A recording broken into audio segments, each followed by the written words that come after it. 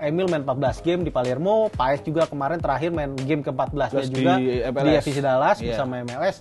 Hasilnya memang secara statistik lebih baik Emil. Pas Pak Erik tuh latihan hari Selasa kemarin, Pak Erik Thohir nyebut penyerang masih kurang. Itu udah mulai ada tanda-tanda nih gitu kan.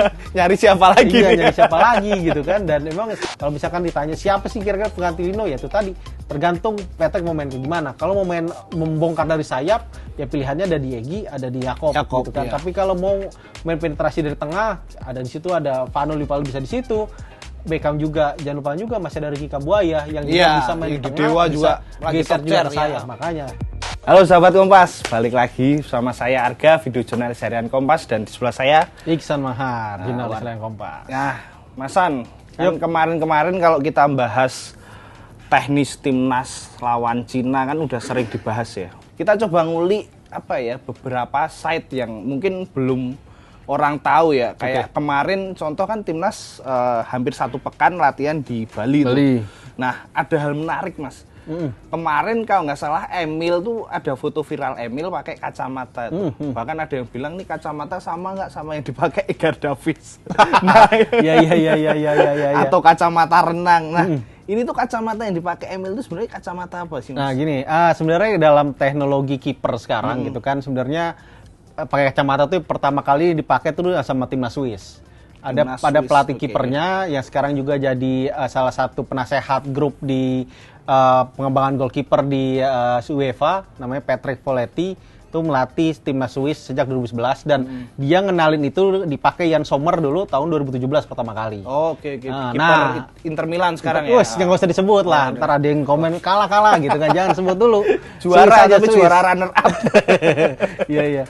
Treble runner up ya. Iya, terus Jan Sommer pertama kali 2011. Saat itu alat yang langsung dipakai sama Sommer itu yang dikembangin sama ada perusahaan di Jepang yang teknologi olahraga namanya Vision Up. Saat itu dia jual sekitar harga 327 US dollar. Jadi sekitar ya hampir 5 juta lah di Indonesia. Perkembangannya itu akhirnya dibikin juga ada perusahaan Amerika namanya Synaptech namanya, dan mereka bikin juga itu, dan itu dipakai pertama kali terutama di hoki sama di American football. Oh, di olahraga lain berarti ya. Olahraga dan lain. itu untuk latihan juga sebenarnya. Iya, dan itu akhirnya dipakai juga sama beberapa klub MLS. Terus klub-klub di Premier League juga pernah pakai. Nah, tapi yang dipakai di Indonesia nih pengembangan yang beda lagi dari dua itu. Jadi dua itu alat mahal. Bukan dari Amerika, bukan dari Jepang. Amerika juga sama. Amerika tapi juga. Dibeda dari dua perusahaan yang sebelumnya. Vision Up kan ini harganya lumayan mahal juga, tadi 5 juta. Nah, sedangkan Synaptech ini lebih mahal lagi. Bisa sampai ada yang paling mahal bahkan yang untuk pro-nya itu kemarin saya lihat hampir harganya 13 jutaan. Nah, yang kita pakai Swivel Vision ini dari Amerika juga. Dia juga ngembangin awalnya dari hoki terutama. Nah, yang ini harganya lebih murah. Saya lihat di harga di shopnya di official store mereka itu cuma 733.000 kalau dirupiahin. Jadi cuma 45 US dollar. Dari yang Jepang aja juga iya.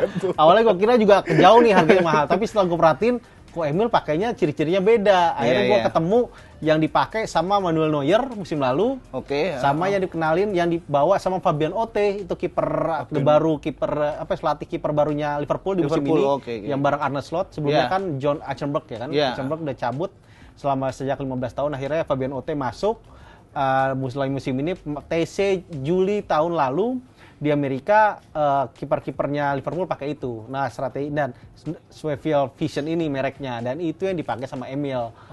Jadi apa bedanya kalau ditanya apa sih bedanya? Kalau tanya teknologi, dua yang sebelum tadi gue sebut itu lebih canggih dan dia udah terdetek langsung ke dalam komputer, dan itu bisa lewat gadget gitu kan, bisa lewat gawai, dan bisa datanya bisa dilihat, dan memang dia pengaturan cahaya juga bisa dari situ. Nah, kalau yang ini levelnya juga sebenarnya buat pro juga, tapi memang dia lebih nggak banyak macam-macamnya, jadi lebih simpel lah buat kiper, dan lebih beda. Kalau yang dua sebelumnya tadi kayak kacamata aja biasa, jadi ada lensa, ya udah lensa terus pakai kacamata kayak biasa gitu kan, sama ada tali pelindung. Sekarang yang dipakai si Emil ini yang dibawa sama pelatih kiper kita Zorn Wonderberg ini, itu dia yang dipakai Neuer dan dipakai sama Liverpool itu. Dia nggak ada gagang ini, cuma karet doang. Karet doang, dan nggak semua lensa. Jadi setengahnya lensa, yang dekat dari hidung ini lensa setengahnya lagi kayak ditutup plastik gitu. Dan benar, jadi kayak kacamata kuda jadinya. Jadi sebenarnya fungsinya tuh kayak kuda itu agar fokus agar gitu, fokus, memastikan visi dan juga melatih refleks juga kan kiper, dan juga karena visualnya terbatas, nggak bisa ngelihat sekitarnya itu. Nah, jadi kan kiper harus benar-benar fokus ke depan dan memperhatikan kira-kira nih arah bola kemana, dan memperhatikan lawan kira-kira di mana. Jadi benar-benar dia nggak bisa lagi seakan-akan itu jadinya kayak ngelatih lu dihalangi sama orang lain dalam pertandingan. Oke, gitu. Soalnya aku mikir juga kalau itu kacamata tutup setengah bukannya justru menghalangi penglihatan kiper untuk lihat kiri kanan itu mengantisipasi. Sekarang kan misalkan kiper kan dalam game situasi dalam pertandingan kan banyak orang di dalam ini kan. Pemain lawan juga kalau dalam set piece juga mau gangguin kiper. Ya, nutup visualnya gitu kan, pasti keganggu ke arah bola. Nah, itu ya akhirnya digunakan buat nanti dia seenggaknya lebih fokus. Wah, udah nggak masalah lah dia diganggu, kelihatannya terbatas, tapi dia bisa benar-benar fokus ke bola itu. Oke, kemudian kalau nggak salah kemarin juga pakai drone ya dalam pelatihan. Nah, sebenarnya drone ini dalam era Sinteyong atau pelatih-pelatih timnas sebelumnya udah digunain belum? Belum lah jelas. Yang pakai kacamata aja baru sekarang. Era Sinteyong, pelatih Sinteyong itu masih konvensional. Konvensional, latih, lari, terus shoot topi. Teknologi itu berarti belum ada, jadi baru ada sekarang. Nah, drone itu baru sekarang. Nah, si Zwart ini kan dia 2023 gabung sama Dewa United. Iya. Dan dia emang udah perkenalkan itu gitu kan. Dan emang di Belanda sekarang happeningnya emang pelatih-pelatih kiper udah pakai gitu semua, pakai drone semua. Gitu di Belanda terutama ya gitu. Dan beberapa pelatih Belanda sekarang contohnya salah satunya ada pelatih yang di Brighton of Albion, dia juga begitu. Makanya Arne Slot juga dia based on Belanda juga, dia cari pelatih kiper yang emang lebih paham dari itu. Dan Fabian Otte yang dipakai Liverpool tuh dia emang master dalam artian master secara pendidikan ya, studinya dia emang punya gelar master, dan dia juga banyak riset soal visual kiper visual olahraga macam. Ya. Jadi itu yang membuat mereka sangat penting buat orang-orang Belanda itu. Dan kalau ditanya drone udah kapan sih sejak bola pertama, kalau bisa dikatakan kita tarik lebih jauh, tetap juga titik temunya itu tahun 2017. Tapi bedanya dipakai pertama kali drone itu dipakai sama namanya David Charney. Charney itu dia dulu pelatih staf pelatihnya di Charlton Athletic Inggris ya. Liga Inggris. Di saat itu dia masih main kalau nggak salah masih di League One, dan dia pertama kali pakai drone itu sekarang. Akhirnya lewat si David itu akhirnya diadopsilah salah satunya sama Pep Guardiola.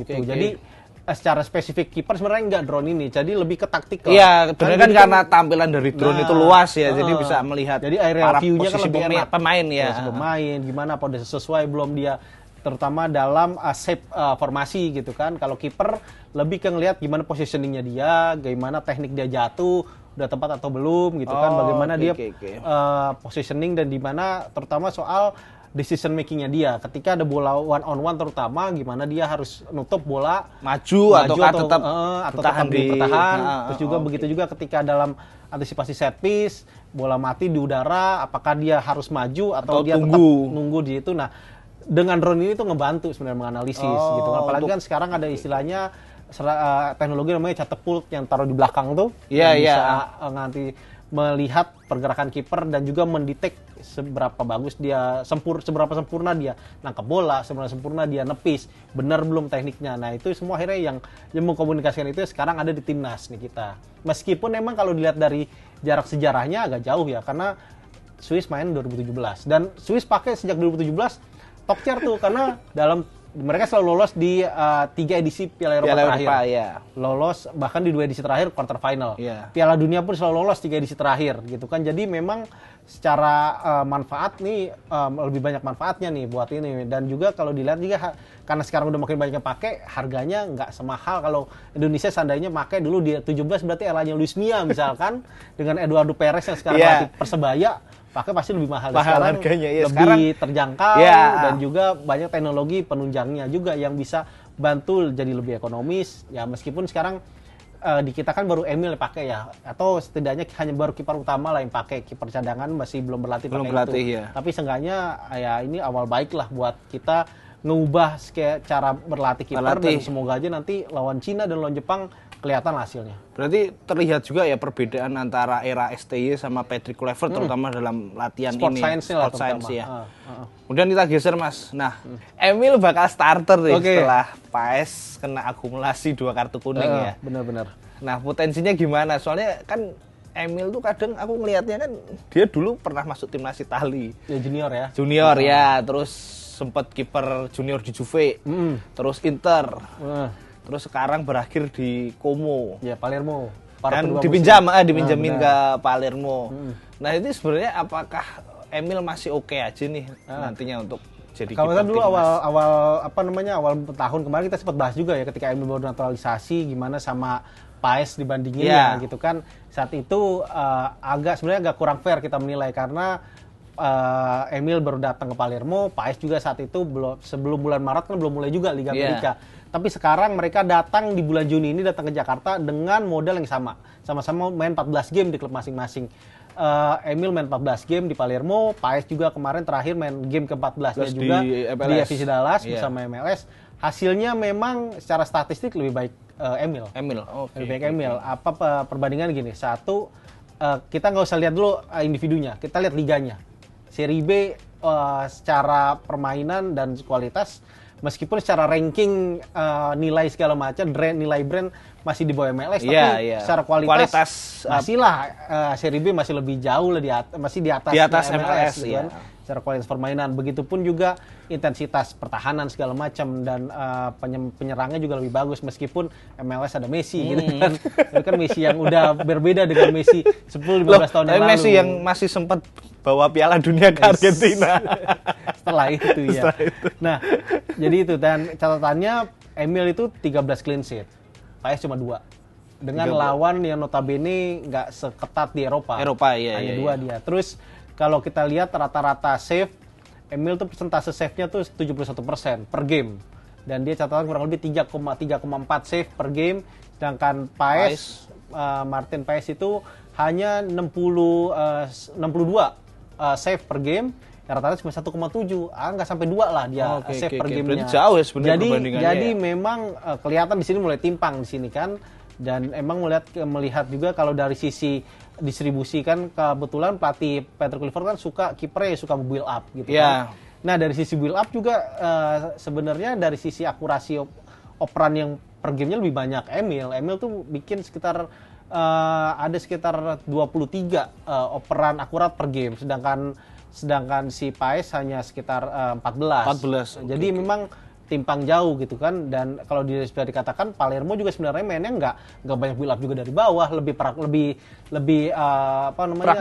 langsung mainnya, dari gitu belakang lempar ke depan football, gitu. Mereka mainnya. Tapi dari situ akurasi operan yang ukuran pendek yang dibikin sama Emil masih lebih baik. Cuma hal positifnya Paes kalau dilihat dari statistik ini ya dari sisi operan jauhnya, akurasi operan jauhnya si Paes itu ada di angka sekitar 59%, sedangkan si Emil hanya 39%. Hanya itu yang jadi kekurangan jika kita membandingkan head to head kedua kiper ini di timnya masing-masing saat ini. Jadi dengan kondisi itu ya setidaknya bahkan sebenarnya yang khawatir kita melihat sebagai penikmat timnas senang nih, wah Emil akhirnya dapat debut dengan segala macam historisnya dia pernah satu tim sama Buffon, satu tim juga sama Handanovic sama Jan Sommer gitu kan. Terus juga kemarin dilatih sama Fabregas bareng Pepe Reina gitu kan. Jadi memang dia udah banyak makan asam garam. Iya, pengalaman sebenarnya juga lebih banyak matang, Emil ya gitu berarti kan. Benar. Jadi bisa kita lebih optimis lah, apalagi nih lawan Cina yang notabene sebenarnya tim yang kalau lihat skuad kita sekarang kan masih satu level di bawah kita.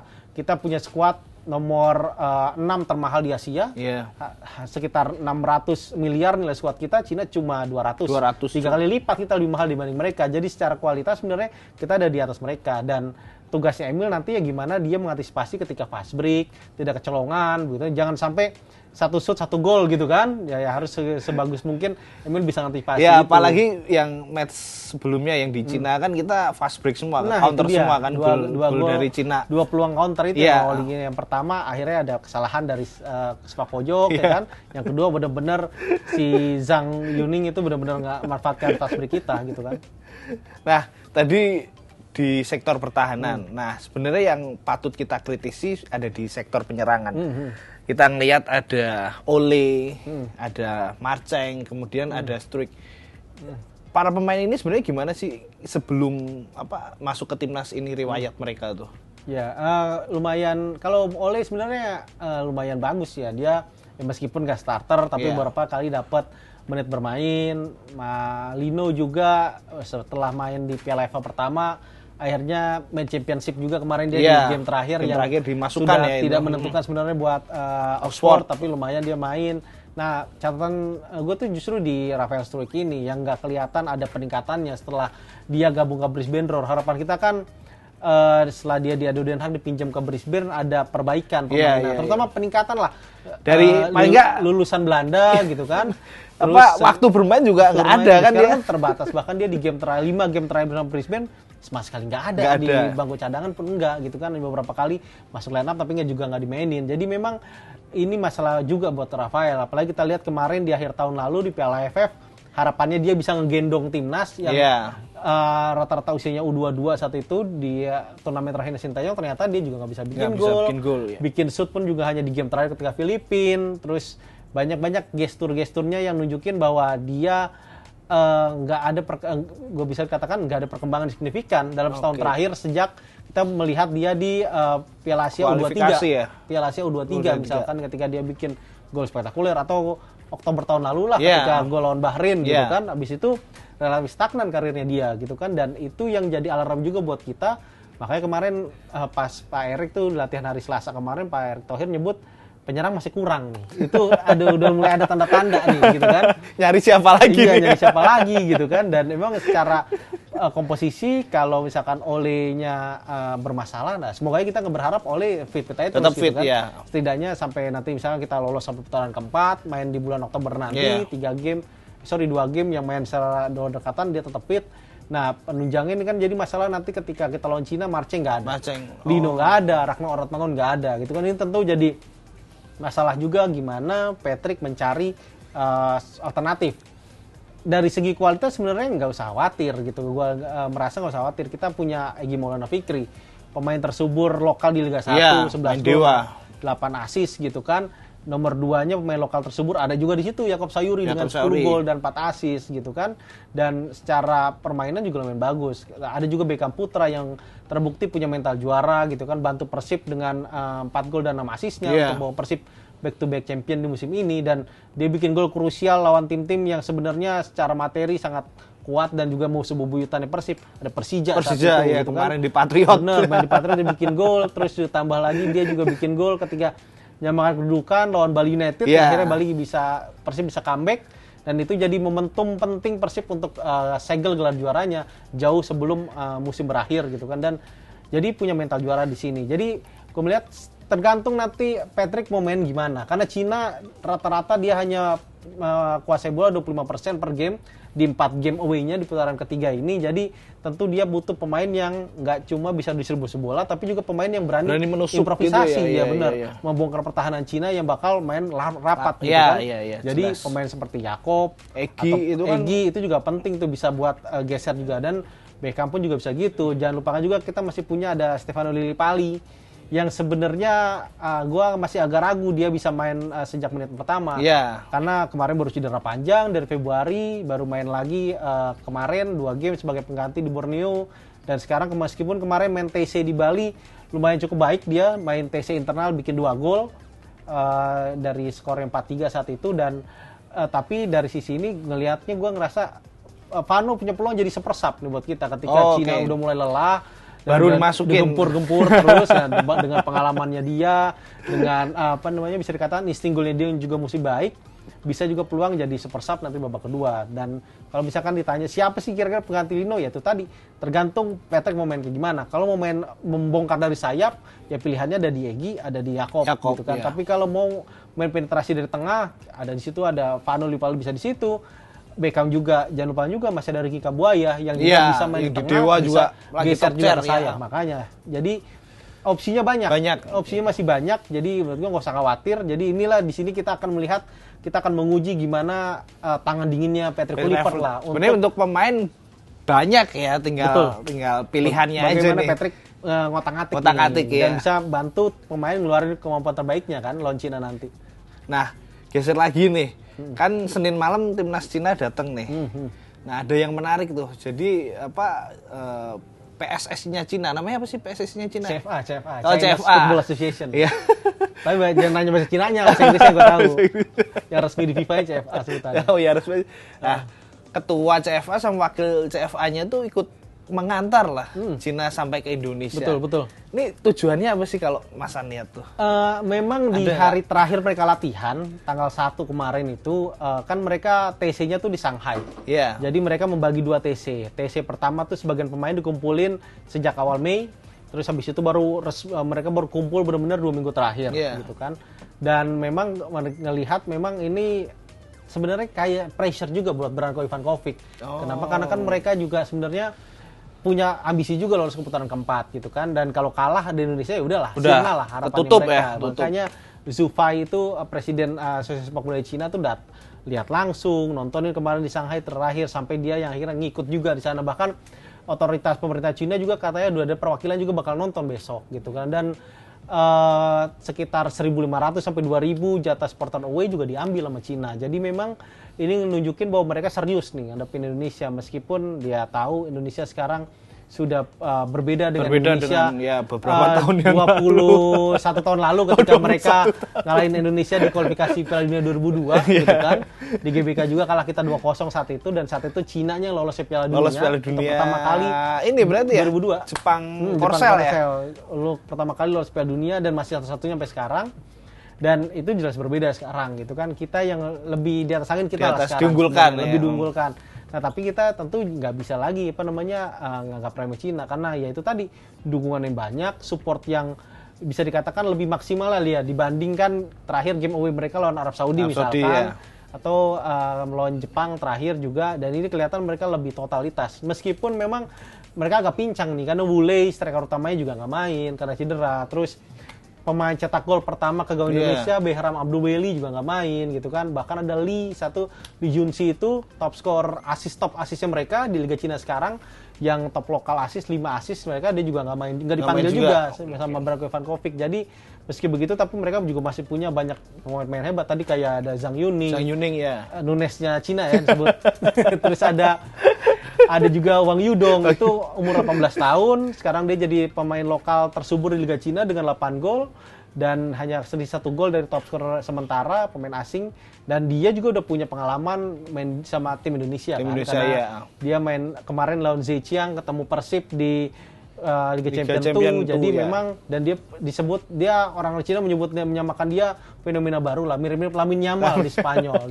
Sama-sama pemain muda yang gue ngerasa emang ini hiperbola sih sebenarnya, tapi ya dengan kemampuannya dia, dan dia juga kemarin PD nyebut dia punya kecepatan, punya skill yang dia yakin bisa tembus pertahanan Indonesia yang kemungkinan masih dipimpin sama J.I.J, Rizky Ridho sama Justin Hubner gitu kan. Dan kita juga masih punya Messi Hilgers yang dia PD punya kecepatan, bisa jadi peluang Cina buat pass break tadi gitu kan. Jadi tapi ya gue merasa tetaplah kita masih di atas angin. Bahkan gue melihat peluang kita menang ada sekitar 60%.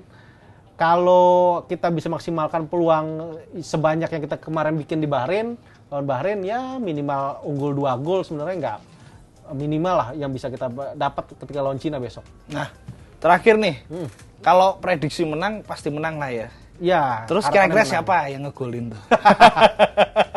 Gue sih pengennya gini, gue pengennya ada sejarah baru. Dalam artian gini, kalau kita menang besok di GBK itu sejarah baru, karena untuk pertama kali kita menang lawan Cina di GBK. Di GBK ya, oke.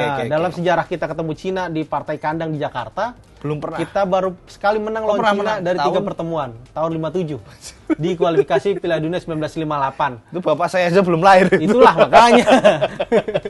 Dan itu 1598, saat itu mainnya belum di GBK, masih di lapangan Ikada. Lapangan Ikada itu lapangan banteng ya sekarang. Iya kan, lapangan banteng. Gitu. Nah, itu dulu masih main di lapangan Ikada, ya cetak gol Ramang Brace. Gitu. Jadi kalau misalkan menang besok, sejarah baru, kita menang pertama kali Cina di GBK. Oke. Karena game pertama kita main di GBK tahun 63 tuh Ganevo. Kita ditahan Cina 1-1 saat itu. Terus 2001 tadi yang gue sebut, kita kalah 0-2 gitu kan. Makanya kalau menang, sejarah pertama GBK kita menang. Dan ada lagi, gue berharap ada lagi, ya misalkan Ole bikin hat-trick gitu kan, berarti dia udah melewati Ramang nih. Ramang kan dikatakan legend bolanya Indonesia, legendanya kita gitu kan. Bahkan FIFA mengakui itu. Dia juga pemain yang bisa dikatakan orang akhirnya melek Indonesia punya sepak bola bagus, pemain hebat ya lewat dari Ramang. saat itu ya. Betul, lewat Ramang dimulai dari tur Asia tahun 56 di Filipina, Hong Kong, dia bikin banyak gol saat itu dan 57 lawan Cina kita menang 2-0. Bahkan pas away ke Cina pun kita kalah 3-4 tuh Ramang juga bikin gol di situ.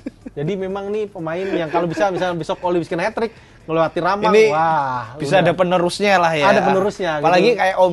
kayak Ole itu kan aja pemain muda, maksudnya potensinya ke depan juga tinggi. masih Jadi bisa kita tinggi. Ya seenggaknya dengan kalau besok Ole bisa bikin hat-trick gitu, seenggaknya dia bisa ngelewati Ramang, udah bisa lah kita tersenyum sedikit lah, punya striker masa depan yang agak cerah gitu di depan kita. Jadi nggak perlu pusing nunggu BP baru atau bos baru. Gitu. Nah itu dia sahabat Kompas, bahas peristiwa olahraga pada kesempatan kali ini. Kalau sahabat Kompas kira-kira mau timnas menang berapa? Oke, terima kasih Mas An. Sip. Sampai jumpa sahabat Kompas. Sama-sama, sampai jumpa.